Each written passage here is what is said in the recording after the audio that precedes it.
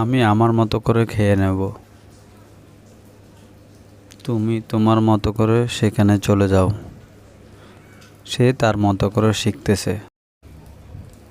সাকিব তার মতো করে খেলতেছে। লোকটি তার মতো করে ব্যবসা পরিচালনা করছে। Hello viewers, welcome to my channel English now and দেন।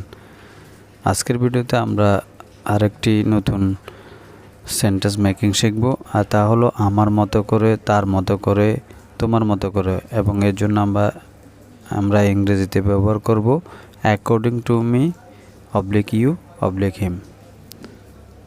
আরও ভালোভাবে বোঝার জন্য আমরা একটা স্ট্রাকচার ব্যবহার করতে পারি, আর স্ট্রাকচারটি হলো sentence then according to then me oblique him oblique you. Now take a look some example for better understood.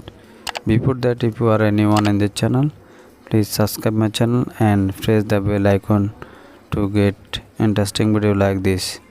So this is the first one is আমি আমার মতো করে খেয়ে নেব। I will eat according to me. তুমি তোমার মতো করে সেখানে চলে যাও। You go there according to you.